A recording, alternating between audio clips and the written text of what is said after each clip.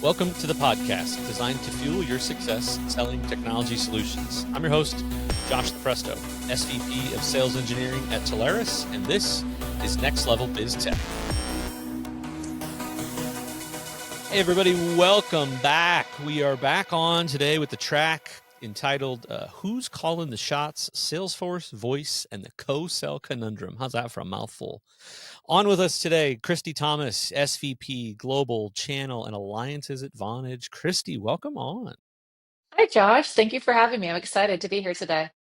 We got a lot of good stuff. Let's kick it off here. We've known each other a long time. You've been in this space. Let's for those that don't know you, tell us a little bit about you, your journey. I mean, you've had a front row seat to this whole evolution of cloud communication. So just walk us down your backstory and kind of what you got you into this role at Vonage. Yeah, sure. So, would love to. My story starts at Maester G Communications, way back in the day. Now it's a Comcast organization, but I was an individual contributor there that really focused on unified communications as a service, working with the amazing channel community that's out there today. And that was really at the height top of the hype curve of adoption for unified communications in the marketplace, and really cut my teeth there. I grew up through working with a lot of the partners on bringing unified communication or cloud communications, and we had so many terms for it back then. Um, Hosted PBX, IP telephony, all these cloud communications, et cetera, et cetera. And now we call it unified communications as a service. And so that's where I really started in this industry. And Maester G was such a channel forward organization. So I had the opportunity to sell with a lot of the channel partners still that I work with today in my role at Vonage. And honestly, I'm grateful for a lot of them because they put the roof over my head. Being able to ride shotgun with them on these opportunities and trust me with their customers to bring forward at the time an emerging technology. Um, I stayed there for quite some time, moved up to leadership, and saw that price compression was happening in unified communications. And this thing called contact center as a service started to become front and center.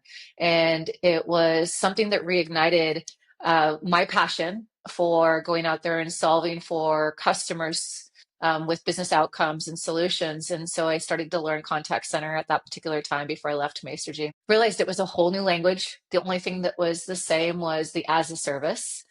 And had to learn that, had to learn the different stakeholders, what mattered to them, and really enjoyed kind of that engagement again because I learned something new. Fast forward, I left Maester G and went to Vonage. At that particular time, I was part of the contact center strategy team at Vonage and worked with Reggie Scales, who's now our head of sales, and Alan Mazurek, who at the time was the CEO.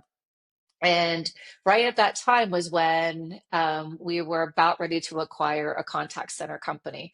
And I was part of that acquisition of a company called New Voice Media at the time, and really got to go deep around contact center and the partnership with Salesforce that they had established over the years and built out enterprise sales. So for most of that part of my career, and then I went off to TalkDesk as well, I was always more on the enterprise sales side. So I was building the bench that sold. I was either the one that sold alongside of the partner or built the bench that sold alongside of the partner. Then I moved from there to a TSD, built the CX overlay practice for a TSD. I did 7 months after leaving there, and was on the partner side. So I worked for a partner for 7 months, and then I'm a boomerang. I came back to Vonage, but in a different capacity. I now am overseeing all of global channel and alliances. And really, what that means is our amazing channel community out there that is technology, consulting services, but also our partnerships with technology adjacent ecosystem partners like Salesforce, Microsoft, ServiceNow, et cetera, in the marketplace. So that's been new. And those new partnerships, the Salesforce is not new to me, but the others have been new. And so it's been great to embark on that as well. I love it. The channel just, it won't let you go. It's like just a giant, really mostly safe gang that you just can't get out. It's just It's impossible. crazy. And what I think is so interesting now is, and this excites me, I'm now seeing our kids in the channel. Yeah, that's I weird. go to events and I will get introduced to a channel partner's daughter or son, and they're like, "Oh, he's interning here or working here at whatever the supplier company is, or one of our TSD friends like at Telaris." And it's just it's weird, but it's great to see. Yeah. And my daughter was with me on a trip. She's now 20, and she's grown up through all this too. And so, showing her back and introducing her to a lot of our channel partners, and them knowing her from 7 to now 20 is just a riot. It's a riot It's crazy. It's because crazy. we all stay the same age. I know, Like, right? they've Well, grown up, but we're the it's same our age. 25th birthday again. That's what my wife says. Yeah. Yes.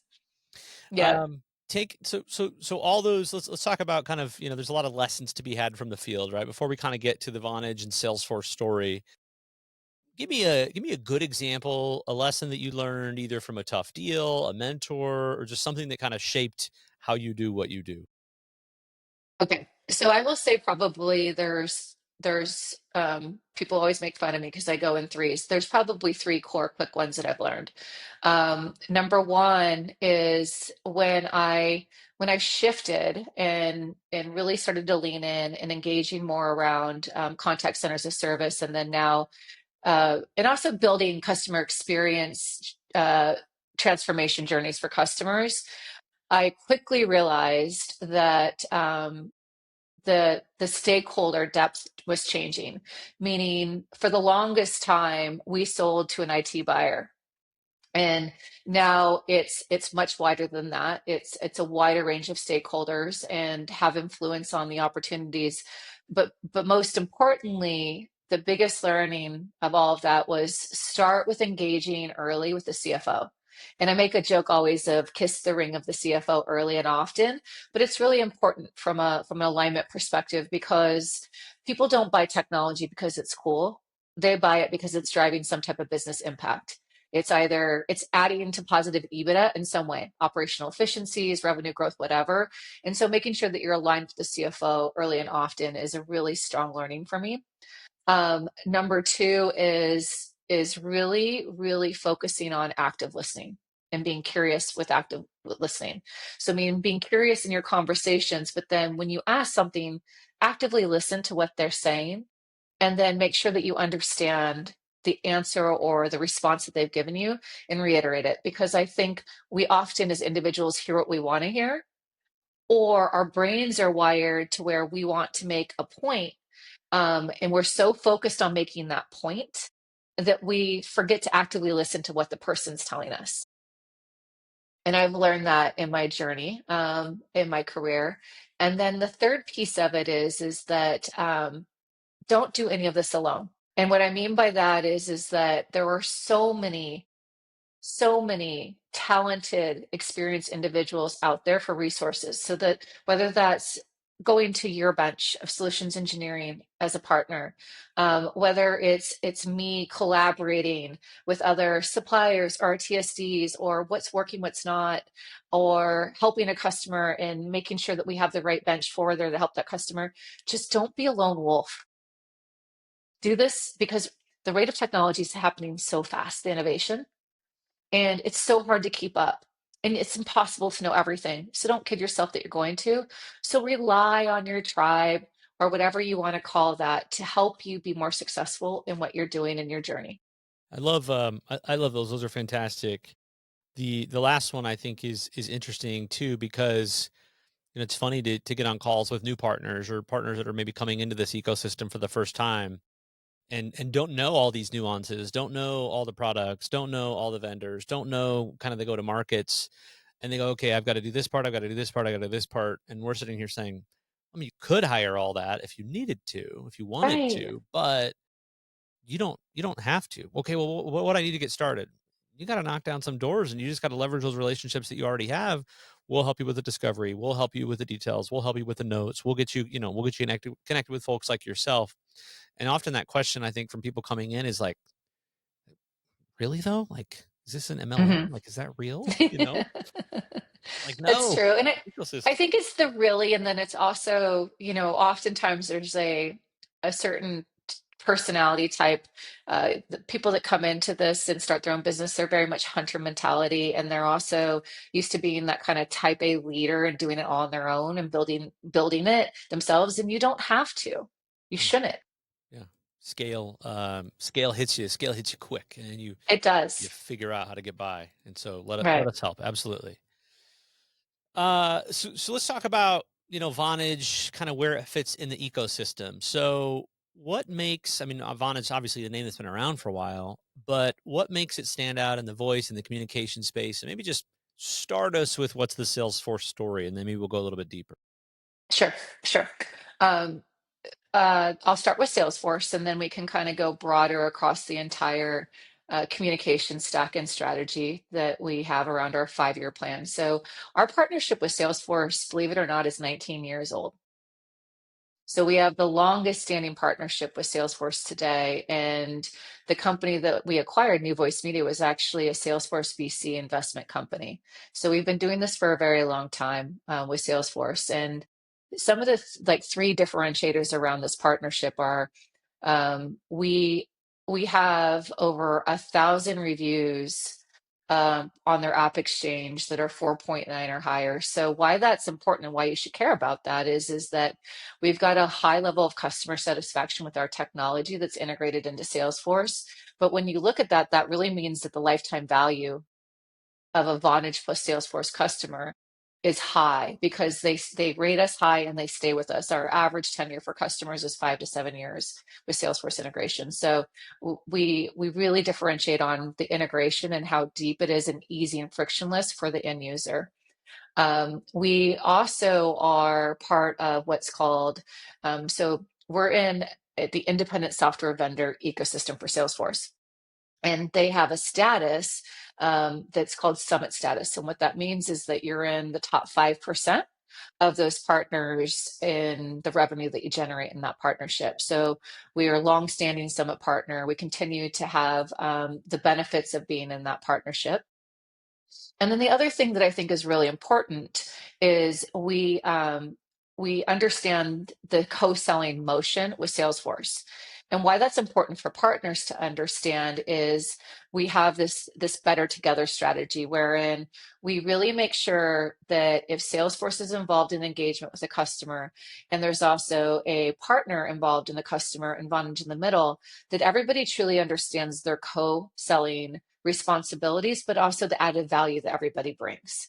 Because for that trifecta, why it's important for a channel partner is Salesforce has access to stakeholders typically that channel partner doesn't have access to.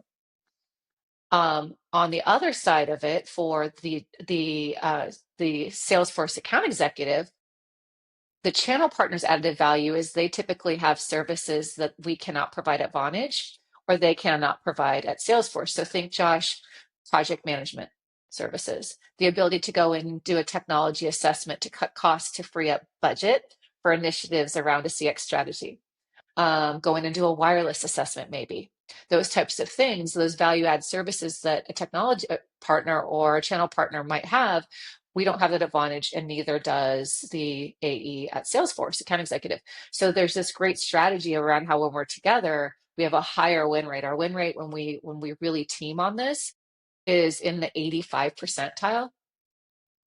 And typically that 15% is a status quo do nothing, right? Where the customer just completely just said, we're not going to do nothing for some reason or that we can't break through. Yeah, it's just been funny, this TSD ecosystem. We sat here, and VARs and resellers sat here, and the SaaS companies and the hyperscalers sat here, and we're all chasing somehow. High tide raised all boats. We all chased similar accounts, and we all sold different products, and we all stayed in whatever lanes we needed to stay in. Right, And so I'd love seeing these come together right now that Salesforce is the size and where they are. And it's awesome to see that you guys have the relationship to understand how to go to market with that. Because the old way, we would go, ooh, all right, we got to compete against this direct rep. Like, let's tell the customer why this option is it's not the right option. We're gonna go, so we're not right, going down that route. I mean, maybe so just help the advisors understand if I've got a deal and I think this has got some kind of Vonage meets Salesforce chemistry. What's the avenue in that? What are you seeing the sellers do that are successful? Is it bring it to you, you go map and find the AE from a Salesforce perspective, and we lock arms? Like, how does that deal cycle go? Yeah, so you set the foundation of that initial engagement. That's exactly right. They bring it forward to us. We get an understanding of what the engagement is from the channel side of the house. Now, the thing that we're very sensitive about is that why it's so important for a channel partner to bring forward a customer that is deeply invested in Salesforce to us is if we don't do that, we don't do some due diligence on their behalf, there's a chance that they're going to be competing against Amazon Connect and they don't even know it, right? And so their deal is actually at risk because there's been no alliance that's been made on the Salesforce side. And so what we do is we typically will go through with the channel partner, what's the opportunity? Who do you have relationships with? What have you sold in the past? And then we keep a very conservative conversation when we engage with the account executive at Salesforce. What are you working on? We have a partner that's potentially wanting to work with us, and we get a feel for are they open to it or not. Also confirming that they are in an active buying cycle because often they'll know as well. Yeah. And then if there does seem to be synergies between the two, then we start to make the match happen. And then start to engage properly with the customer along that lines. I think the other thing is that one of the areas where channel partners are often hesitant to engage Salesforce is that they think that it's going to limit their wallet share of a contact center deal. And it just depends. Sometimes that is the case, right? Other times it's not the case. And so we can be sensitive to that, but you still want to have this in your pocket from a competitive landscape. And then, let the customer make an informed decision because at the end of the day, if they've invested heavily in their CRM for Service Cloud and other clouds with Salesforce, that's way more expensive on their line item of operating expenses than the contact center technology. And the board is going to ask, did you look at who the integration partners are for Salesforce? And so you want to make sure that you've checked that box from a due diligence perspective. Love it. Let's get into a little bit maybe here. Let's think architecture for just a second. Okay. So we've got Vonage's platform, we've got Salesforce. Can you maybe kind of, where some partners might be used to, okay, full suite, everything's in this product set, all encompassing UCaaS, CCaaS offering. Now we're talking about Vonage plus Salesforce. So walk everybody through kind of what's unique in that. Is it APIs? Is it automation? And what Yep, does the sure. product look like? Yep. So what we like to do, and I'll start from, we have the full end of a communication stack that's accessible with our channel partners in the Vonage portfolio. And so when we talk about back office workers or knowledge workers, our solution, our unified communications solution is called Vonage Business Services. And where we really differentiate, and we always have on that solution, is through integrations. And that's because our entire technology stack, through the acquisitions that we bought, Josh, what we did is we took all that code and we uncoupled it and then we rewrote it and put it in a hyperscaler, right, in AWS. And so why that's important to know is one, it gives us the elasticity and scalability of our platform. But two, when we did that and we put everything into the infrastructure of AWS with microservices and containers, we also had an API forward approach. And so all of our platforms, whether it's Bonnet, Unified Communications, VBC, or the contact center, it's all extensible through API. So the integrations is why it's a differentiator. It's because there's no middleware to do that. It's fully extensible. So we've got the unified communication solutions for our back office provide users. Then we have our contact center suite. Historically speaking, where we've always differentiated is the embedded experience with Salesforce and the ability to really drive that rich experience of a contact center, not even knowing it's Vonage, honestly, that just lives in Salesforce. But we just recently launched the enhancement of our contact center solution that's standalone, and it's really the interface and the extensibility of this enhancement. So it's a full omni-channel contact center solution that is integrated into over 13 third-party platforms. So integration beyond just Salesforce, it's all these others that are out there in the marketplace. So Zoho, HubSpot, a lot of these emerging ones, and so that's truly the differentiation of this solution. And then it is highly secure and hyper secure. And there's a whole other track around that from why we're so secure because of the governance around our platform from Ericsson, because we're owned by Ericsson Company. And then the third piece of it is that we now call Network API, but it's our API part of our solution. And why that's important for customers is it allows them to embed different types of communications into either their development stack for applications, software that they do, whatever, or internal projects. And so, really, that extensibility of communications across all different types of ways in which ultimately the customer is trying to communicate to their customers externally. Yeah. I love it. There's just, I think that what I get out of that is a lot of modularity, right? You guys have built this thing the right Yes. way. People, you got to meet people where they are, right? I mean, it's hard enough to win a deal. It's hard enough. It's harder to win it when you're rigid. So Yes, meet them where I they love are. that. And one of the things too that I've learned over the past, I guess almost 9 months that I've been here, is when we tell that story, people also often hear that we are a platform of as a service, and you have to eat the whole elephant of the platform, and that's actually not the case at all. Our solution is very much capable of solving for business use cases based on point solutions.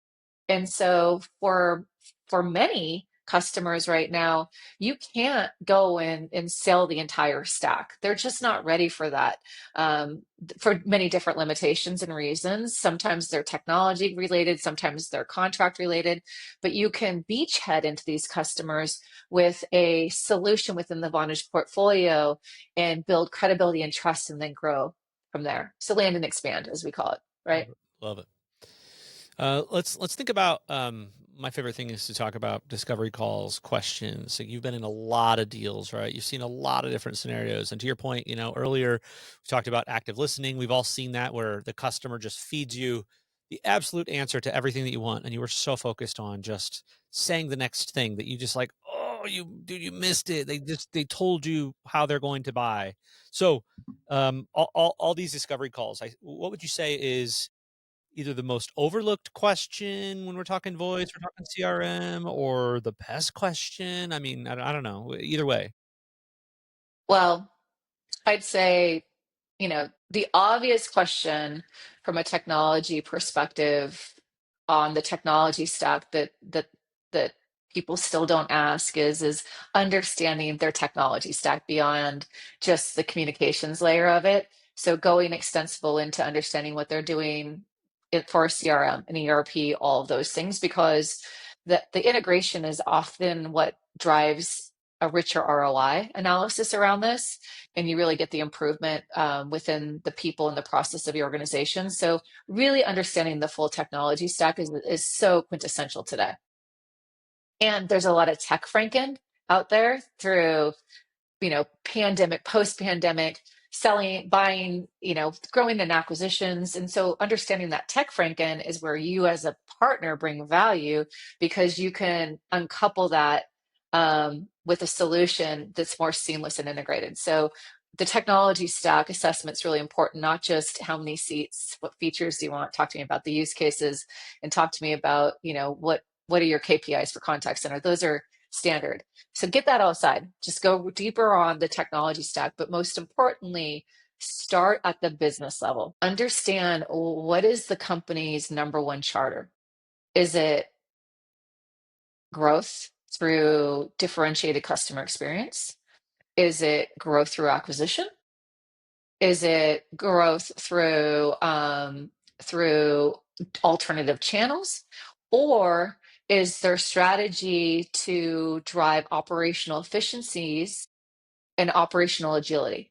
Like understanding where they are on the quadrant of growth, and then correlating that to how is that individual that you're talking to being measured on that charter. It's We deep. often we go we It's deep. Good though. But we go so quick into wanting to solution, number one. And so we start asking all of these technology questions, but we forget like what's important to the company and what's important to the individual that you're talking to. Because if you can unpack that, Then you can start to get to the other parts of the real solutioning, right? Of the tech. The tech solution is easy. It's how do you drive value to the company and how do you drive value to that individual? When you go down when you go down this discovery call, this kind of process, and you're asking them these, I guess some of these questions, I guess, how often do you find that people know what's possible? I mean, when you get into it. Oh, it's a great question. Yeah, and that's really interesting because um, oftentimes they don't. And here again, there's different types of customers that you're dealing with, but let's just remind everybody that there's still a lot of prem out there, a lot of premises-based solutions that people haven't moved off of, and they don't know what's possible because they've had this solution in place for a decade, literally some people. And so for them, they don't know what they don't know. And that's what's always really exciting is they might go out there and get informed because that's most of what people do. But today, I remember this one statistic when I was at Masergy, and they told us that by the time you talk to a buyer, they're already 30% informed down the path of making a decision. I think that that actually is declining, not increasing. And here's why. There's so much noise out there. It's overwhelming. It's just it's too much. And so they don't know. I can't imagine. I mean, I think we forget how spoiled we get into some of these conversations. I can't imagine, flipping the table to being on the other side of it and trying to be a buyer. Now here we are, fast forward to, okay, modernization happened, digital transformation happened, now AI is happening, now agentic AI is happening. It's got to be so hard, SEO. Is SEO going to win out, right? Are we back to an Yeah, SEO race, a Gen AI, LLM race, of marketing? Like how, to your right, like people, it's a thrive in complexity. it really is. And so that's why I think now more than ever, there is the value of a technology advisor in these discussions because they need somebody to help them mitigate all the noise and understand really what's the right solution for what they're trying to accomplish, and even talk to them about. And this again, this is why you don't do this alone. You rely on Talaris, you rely on other suppliers to get win stories and understand like use cases so that you can bring forward the customer, say this is the transformation that a like company went down like you, right? Let's talk about that. Let's talk about what we focused on from a technology of current state to future state, and then what were the impacts and how did they do that. And then they start to visualize what is that possible art for them, and then get them on. Some of them it's a crawl, walk, run strategy because they're not ready. Josh, most of these companies aren't ready for AI. They don't have a knowledge base. They're not ready, but they know that the boardroom is telling them they've got to have it because it's going to solve all of our world's problems. And so you've got to, again, that's the value that an advisor brings, is that they can help them on that journey along the way, and take them from that current state, and also, take them through, start small, but here's the art of what could potentially be possible. Yeah, it was interesting. We did an episode, probably, I don't know, it's maybe 50 episodes back at this point, kind of right at the wave of when OpenAI released their first model and kind of everything went crazy. And we looked at, we looked back at the Y Combinator, the amount of companies, AI based productization, that have jumped into Y Combinator, that were already coming out with products like Right. right as AI had started. And so now you have, tens of billions of dollars into private equity, into the next big product. So again, to exponentially cause pain to the customers of what's the next big thing that's going to be vaporware, or is it real? Because it's going to be really hard to differentiate a one employee AI product startup from a very well established, just purely from a marketing perspective, right? Some Correct. of the Yeah. marketing is so good and some of the demos are so good. So diligence and advice, like I can't push that enough for sure. Yeah, that's actually the diligence piece, I think, is um, you're going somewhere with that, Josh, because I think there is value to start to bring some type of diligence algorithm framework that you take to a customer and say, Mr. Customer, I understand you've got an AI strategy just like everybody else. But when it comes to sourcing these technologies, this is the framework that I work with customers to make sure that you're making not only an informed decision, one, but also one that is mitigated from a risk perspective for your business. Yeah. Agree. You have to, yeah, I think the more, I'm always surprised. I mean, I am and I'm not, of when we ask some of these questions and they're like, oh my gosh, I didn't even think of that, So it's like, cool. We're adding even more value, right? Even a deeper layer Right. of that into the conversation for sure. Yeah. All right. We gotta think of a really wild example here. So as we kind of get to the final couple thoughts, what's maybe just a wild or just interesting story in a co-sell engagement or in a Salesforce engagement that you've seen that came to fruition? Well, what we're seeing right now is that um, and I just came back from Salesforce's event that they call World Tour, and it used to be called Salesforce World Tour, but now it's called Agent Force World Tour. Hint, hint. So if you were stepping away at Super Bowl and you missed the Matthew McConaughey Agent Force commercials, or you've not getting the feeds on your YouTubes like I do on Agent Force. Agent Force is Salesforce's agentic AI solution that they just released at their Dreamforce at the end of last year, and they launched, I think it was, you have to quote me, it's in the thousands of customers, don't quote me, thousands of customers at the year that are signing up for Agent Force use cases. And I think, for us, the most interesting play of all this is that Agent Force is actually the entry point to their other solution that's called Data Cloud. And both Agent, Agent Force and Data Cloud are consumption-based solutions. They're no longer licensed SaaS-based solutions. So why I say this and why I think our channel community should care about this is that they are shifting to a consumption-based business. They are going through a transformation from SaaS licensing to consumption-based. Um, and there's opportunity for channel partners there because a lot of customers don't know how to buy that. But we've been selling that in a cloud environment for years, and we can help customers predict costs around that, et cetera.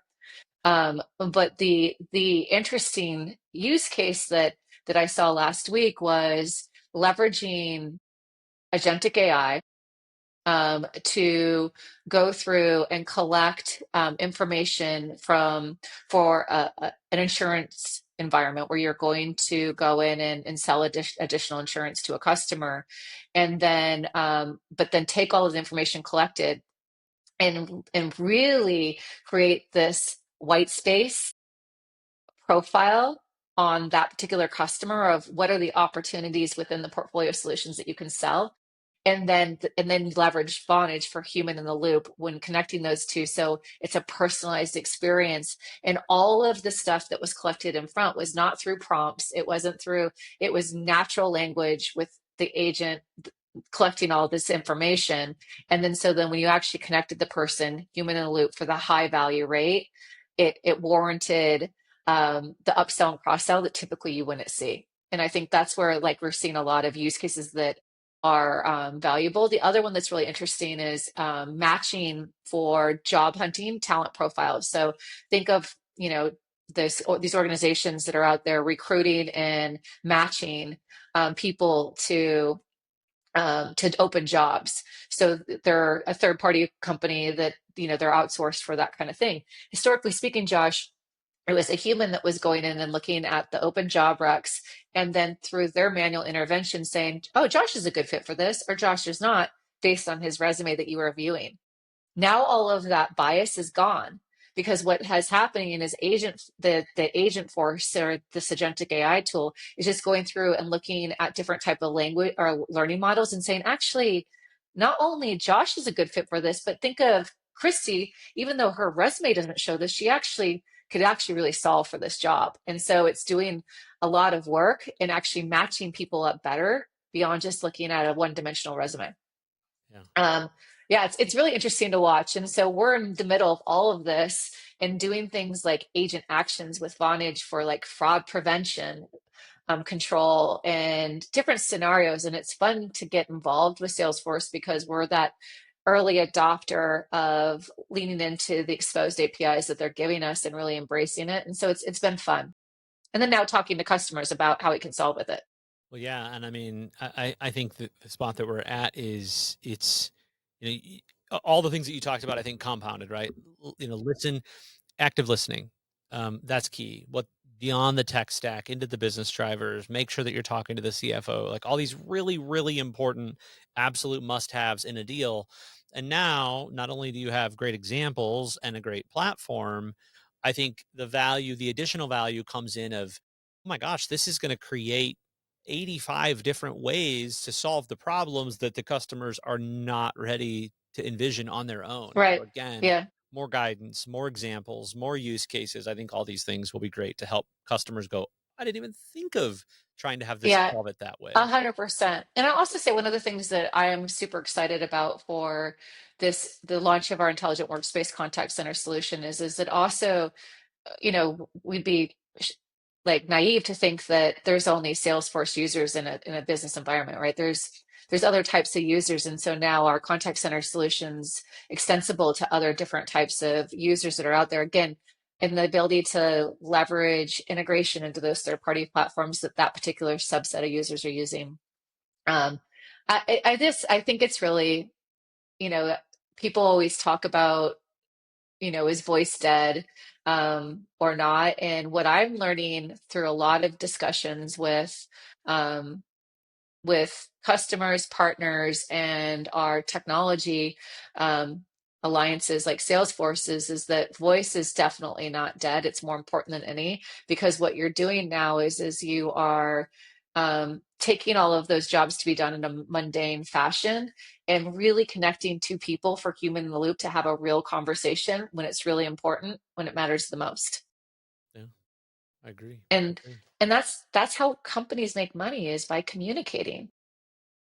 And it's not going to change. It's going to get different, but it's not going to change. It's And I going to love get different, but it's not going to change. I love starting to hear that human in the loop. That was a big, talk of with Salesforce and Google Next and some of the agent to agent communication and things like that. Love the human in the loop, right? All of this automation and the agentic stuff is great.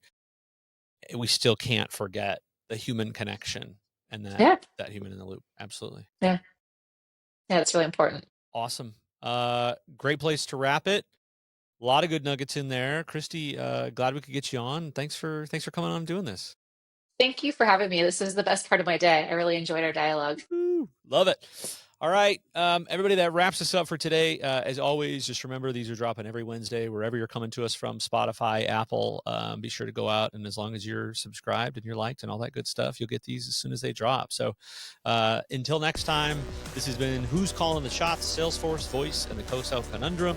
Kristy Thomas, SVP of Global Channel and Alliances at Vonage. I'm your host, Josh Lopresto, SVP of Sales Engineering.